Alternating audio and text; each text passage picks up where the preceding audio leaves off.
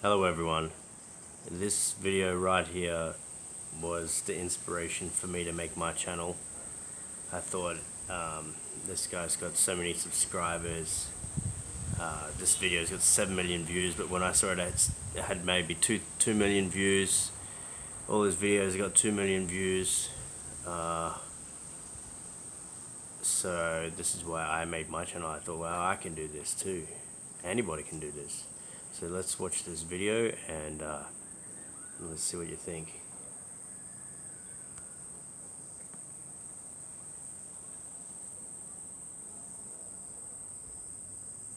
Instructor with the Construction Technology Department at Ivy Tech Community College. Hello, this is Ryan Voorhees, instructor with the Construction Technology Department at Ivy Tech Community College. And today I'm going to demonstrate the proper methods for taping and finishing a standard tapered drywall joint. For an example, we're going to use a standard tapered drywall joint. And I'm going to go through some of the tools that we'll use to complete this process. The first tool that we plan on using is a 6-inch taping knife. And this knife is used to apply mud and remove that mud from the tape in the first step. The second knife we're going to use is an 8-inch finishing knife. All of these knives are very stiff and sharp to allow for a very clean edge. And the final knife that we'll use is a 12-inch finishing knife. Again, a very stiff, strong, sharp knife. You'll notice I'm holding a drywall pan. This is to hold my mud as I'm working through the process. It has sharp edges for cleaning off my knife. I prefer a hawk. Some people prefer a pan. In addition, as far as tools are concerned, when we're done and we're ready to sand, we will use either a What do you prefer? Leave a comment below. sand or a drywall sanding pole with an open face paper to dry sand. So I'm going to start off with step number 1, and step number 1 is to apply a 5-inch wide layer of mud to the joint, fairly thick, about 1/8 of an inch thick. And then I'm going to apply standard paper drywall tape to that joint. This paper tape is pre-creased, so if I was doing an inside corner, I could crease this by hand and apply it to the joint, but we're doing a flat joint, so I'm not going to crease this tape. Now with paper tape, I have two options. I can apply this tape directly to the compound, or I can pre-wet the tape in a bucket of water and smooth it out and apply it. And for this demonstration, I'm going to apply this tape wet. Wet. So to start off, I have my joint, all the drywall is done and ready. I have an empty pan and a 6-inch taping knife. This is a stiff knife, very sharp. So I have pre-mixed drywall compound here. You can also mix your own compound, but I chose to use pre-mixed for simplicity. I'm going to load my pan up with mud. Pre-mixed is shit. Keeping a clean knife as I go. As you can see, I have about, maybe a cup of nice compound here. This compound is about the consistency of peanut butter, which is about what I want for taping. And I keep it all on one side of my pan, so I have a clean side, so I can always keep a clean knife. So I'm going to leave my knife here and get my compound out of the way. And for this step, I'm just going to dig into my compound. I have a knife full of compound, and I want to apply about 5 inches. My knife is 6 inches, so if I applied it straight on, I would have too wide. So I'm going to choose to apply my mud more vertically across that joint so I can keep the mud right in the center of that joint. And again, I'm applying this mud fairly thick. And I'm going to take and actually strike that mud off with very little pressure. I'm just trying to spread it out evenly across this joint.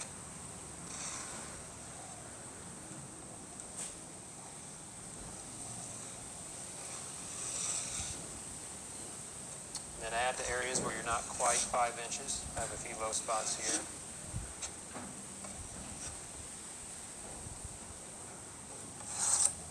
And again, as I work here, I keep my knife clean and only cut off what I need. If I allow mud to stay on the knife, it will dry and it will create issues later on.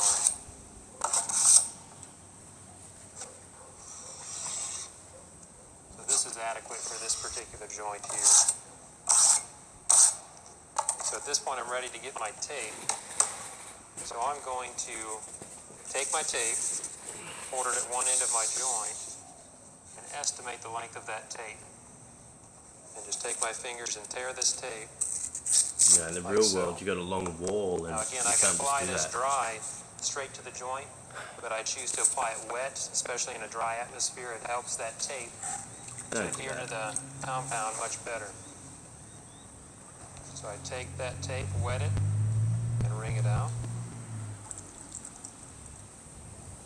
And it's ready to put I've on never the seen wall. anybody do that, So I'm going ever. to center this tape on the joint.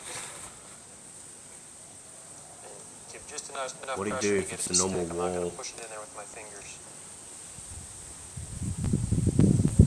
At this point, I take a clean knife, and I'm going to hold one end of this tape, because if I was just to start, I'd pull the tape off the wall. So holding one end and always starting at the center, What if you're on apply a wall? You very can't really firm hold pressure one at end. about a 45-degree angle, and embed that tape into the compound. Now that it's stuck, I don't have to hold the other side, so I'm going to start in the middle, 45-degree angle, and pull that knife across to embed the tape, and take my excess back to the pan. So the tape's stuck. I'm going to do this one more time from the center always. We work from the center because if we started on one end, we could create a bubble that gets stuck in the center. So we want to It's true. start in the center and work away to eliminate opportunities for bubbles.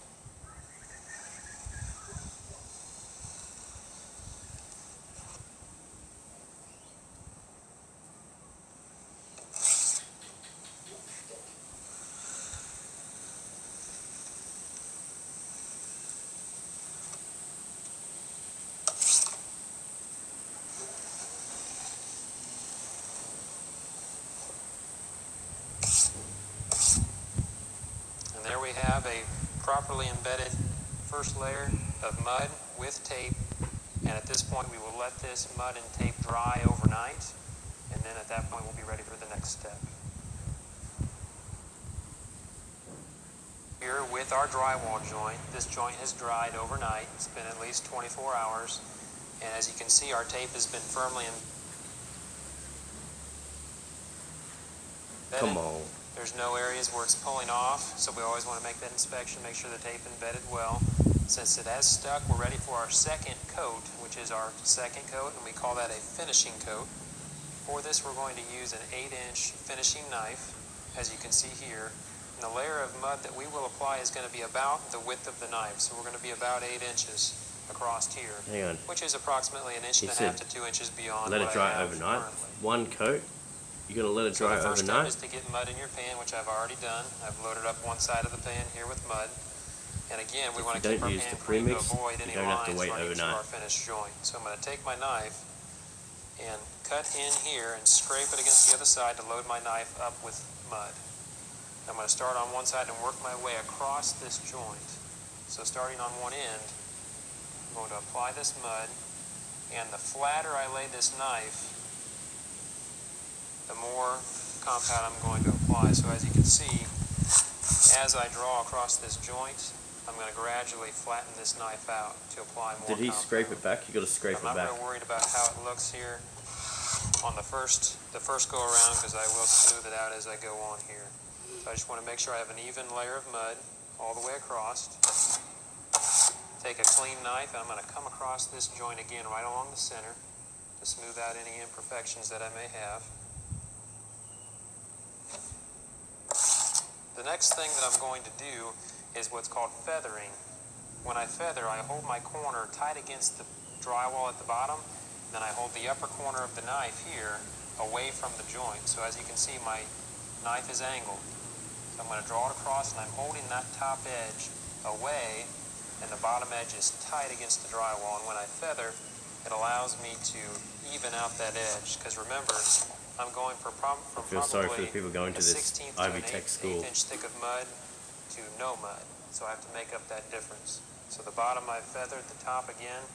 In this case, the top edge of the knife is tight against the drywall. The bottom edge I'm holding up off of the compound. So the bottom edge and the top edge are both feathered. As you can see, I've got some nicks, so I'm going to make one more pass across the center and just let that knife float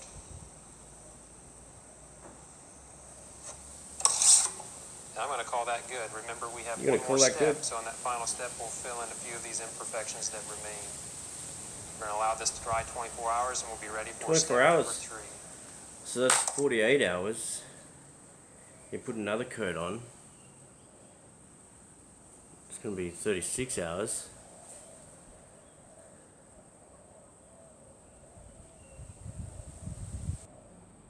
Well, I don't know how many hours it's gonna take you. Let's watch this part 3, huh? Where's the part 3? This one?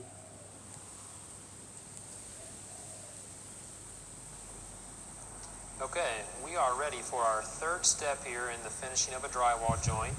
We've applied our tape, allowed it to 2 dry, days in. put our first finishing coat, and now we're ready for our second finishing coat of compound on this joint. No, this is the third day in. To accomplish this, we're going to use a 12-inch finishing knife. It's a very stiff knife, and it's very sharp here. Now, before we start applying compound, what I like to do is take this knife, and I like to take and place it perpendicular to the joint. And I look along this edge of the knife here and make sure that there's no gap. Now, as you can see, this is very level. Now, if I needed to fill more, I would see a depression here, or if I'd filled too much in previous steps, the knife would be out of the way and it would rock on that joint. So this is very well filled, which tells me I only need to apply a very small amount of compound to this joint. So, to start, I already have my pan filled with compound. I'm going to take my knife and I'm going to fill my knife by digging into this mud and scraping up, and I see a few bumps in this compound, so I'm going to mix this compound up a little bit to get it consistent by taking some off. It's very difficult to mix in a pan, that's why I prefer a hawk. Look, just a mess. And with a Now, once I'm hawk, satisfied with the way the mud looks, if you're I'm going to dig in. if you're working above your head and you come across and some drops down, you can catch it with your hawk. I do it all the time. This, you got no hope. And I'm going to start on one side and I'm going to work my way across, applying this compound. And again, same as before, as I work my way across, I'm going to flatten that knife out. Because the flatter the knife is, the more compound I'm able to apply. So as that compound comes off the knife, I need to flatten that knife out. Now that's probably all the compound I need, so I'm going to start on this end again and just work my way across the center to get it evened out. Now I'm going to feather. Feathering is when I hold one edge against the drywall and the upper edge is away. So I'm going to feather this all the way across. And I don't need more mud, so I'm going to feather again. Top edge of the knife is tight on the drywall. Bottom edge is held up a little bit. Work my way across here. The top layer has to go over the previous One layer more time across as well. the center of this joint to knock off any high spots. And I'm fairly well satisfied. When we're done, we want to be around 10 to 12 inches in overall width, and we are about there. So I'm satisfied with that joint. So what we'll do at this point is allow this compound to dry overnight. We'll come back and wet or dry sand as we need to. Alright, there you have it. I don't think I want to watch anymore. I don't think I want to see the step 4. This guy disabled his comments for obvious reasons. But yeah, he's got like millions and millions of views. I aspire to be this guy. Anyway, let me know what you think in the comments below. We're here with our drywall joint, and this No. joint has